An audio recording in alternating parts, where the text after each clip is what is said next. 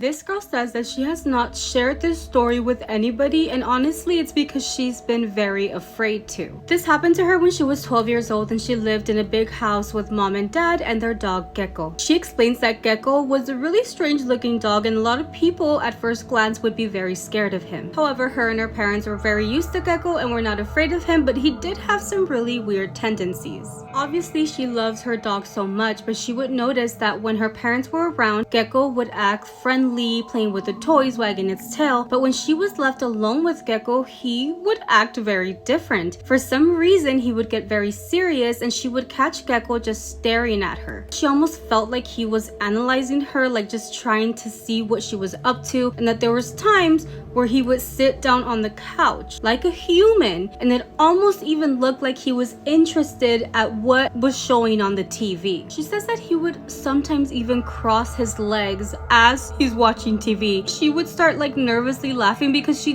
didn't know what to make of it. But she did try to ignore it and just say that, you know, Keko was really silly. He's really fucking silly. Even though she would try to laugh things off, she did say that in the back of her mind, she always got like chills every time she saw it. Now, she says that Keko was also really bad. Like sometimes he would break objects off the table and things like that. One day, Keko got in big trouble because out of all the objects he could drop and break, he ended up picking her mom's favorite mug. He dropped it off the table and it broke into pieces on the floor. Her mom was very upset, ended up telling Keko to go outside. He would be staying the night outside and he would go without food for the night as well. Her mom was so mad that she even said he would go without water. Now, she said that she felt very bad for Keko and having to stay out there, but he also deserved it because why does he continue to break objects in the house? So it was the punishment that he should have gotten. At least they should have given him the water, but that's just my opinion. I don't know any pets. I don't know what kind of punishments are right or wrong. So that night,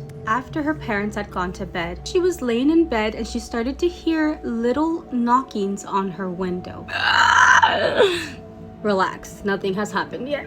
She first thought that maybe it was the tree and that the wind was making the tree branch hit her window, but then the sounds were very consistent, very intentional. She was a little bit afraid, but she ended up getting up and she pushed the curtain and she saw nobody in the backyard. After seeing nothing, she's like, okay, maybe it was just in my head, I need to relax, but she ended up getting up and she was about to go to the restroom.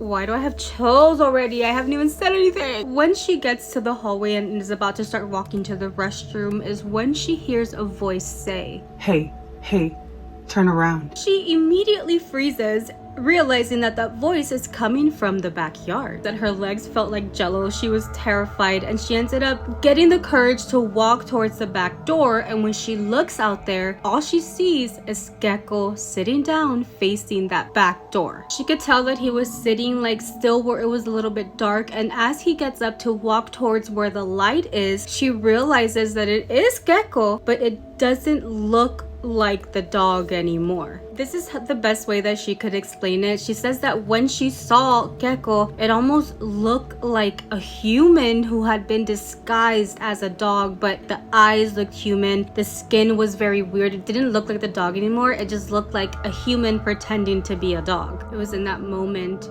where Keko tells her, please give me food, I'm dying of hunger out here. I guess I forgot to mention that when she got to the back door, she had opened it. She had opened the fucking door.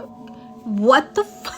The way she backed up, closed that door, locked it, ran to her room after hearing that. She goes, locks the door to her bedroom, locks the windows, and says that even when she laid there so scared, she continued to hear the knockings coming from her window. Every once in a while, she would hear the voice again. Hey, please listen to me. I'm so hungry, please. She said that she could not sleep all night. Obviously, I wouldn't either, just because I'd be scared. She said that she laid there hugging her pillow and praying the entire night. So when she finally hears her mom and dad come downstairs, she says that she went into the kitchen and her mom was so worried because she explained to her that she couldn't find Keko anywhere. They couldn't find the dog. The dog was nowhere to be found. Gone forever. Forever. I would have lived in constant fear. No wonder she didn't want to share this story. Like, what the fuck? Keko's out here with us now. He's not even in their house. Fine, it's okay. This was in Mexico. If anything, I'm the closest. The border's right there.